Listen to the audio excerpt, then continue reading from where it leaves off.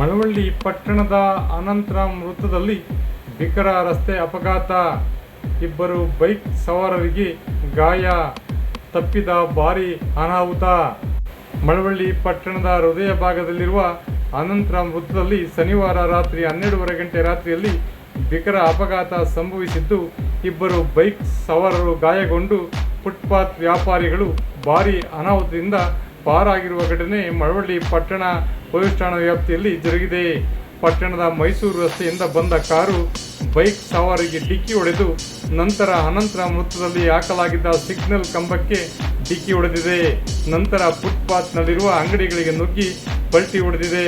ರಾತ್ರಿಯಾಗಿದ್ದರಿಂದ footpath ಅಂಗಡಿಗಳಲ್ಲಿ ಯಾರೂ ಇರಲಿಲ್ಲ. ಆದ್ದರಿಂದ ಭಾರೀ ಅನಾಹುತ ತಪ್ಪಿದಂತಾಗಿದೆ.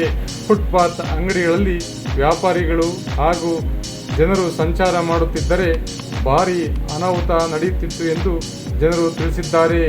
ಈ ಅಪಘಾತದಲ್ಲಿ ಗಾಯಗೊಂಡ ಬೈಕ್ ಸವಾರರು ಬೆಂಗಳೂರಿನಿಂದ ಮಲೆ ಮಹದೇಶ್ವರ ಬೆಟ್ಟಕ್ಕೆ ತೆರಳುತ್ತಿದ್ದರು ಎನ್ನಲಾಗಿದೆ. ಈ ಸಂಬಂಧ ಗಾಯಗೊಂಡ ಇಬ್ಬರನ್ನು ಹೆಚ್ಚಿನ ಚಿಕಿತ್ಸೆಗೆ ಮಂಡ್ಯ ಜಿಲ್ಲಾ ಆಸ್ಪತ್ರೆಗೆ ರವಾನಿಸಲಾಗಿದೆ. ಕಾರಿನಲ್ಲಿ 8 ಜನರಿದ್ದು ಇಬ್ಬರಿಗೆ ತೀವ್ರ ಗಾಯವಾಗಿದ್ದು ಇವರನ್ನು ಸಹ ಮಂಡ್ಯ ಜಿಲ್ಲಾ ಆಸ್ಪತ್ರೆಗೆ ವರ್ಗಾಯಿಸಲಾಗಿದೆ. ಈ ಸಂಬಂಧ ಪಟ್ಟಣ ಪುರ ಪೊಲೀಸ್ ಠಾಣಾ ಪೊಲೀಸರು ಪ್ರಕರಣ ದಾಖಲಿಸಿಕೊಂಡು ಮುಂದಿನ ತನಿಖೆ ಕೈಗೊಂಡಿದ್ದಾರೆ. ಏನೇ ಆಗಲಿ, ಹೃದಯ ಭಾಗದಲ್ಲಿರುವ ಅನಂತರಾಮ್ ವೃತ್ತದ ಬಳಿ ಎದ್ದುವ ತದ್ದುವ ಚಾಲನೆ ಮಾಡಿ ಇಂಥ ಭಾರೀ ಅನಾಹುತಕ್ಕೆ ಕಾರಣವಾಗಿರುವ ಚಾಲಕ ಮತ್ತು ಮಾಲೀಕರನ್ನು ಪೊಲೀಸರು ಕಾನೂನುಬದ್ಧ ಕ್ರಮ ಕೈಗೊಂಡು ತನಿಖೆ ಕೈಗೊಳ್ಳುವಂತೆ ಸಾರ್ವಜನಿಕರು ಆಗ್ರಹಿಸಿದ್ದಾರೆ. ವಿಶೇಷ ವರದಿ ಮಾಗನೂರು ಎಂ ಶಿವಕುಮಾರ್, ಮಾಮರ ಮೀಡಿಯಾ, ಮಳವಳ್ಳಿ.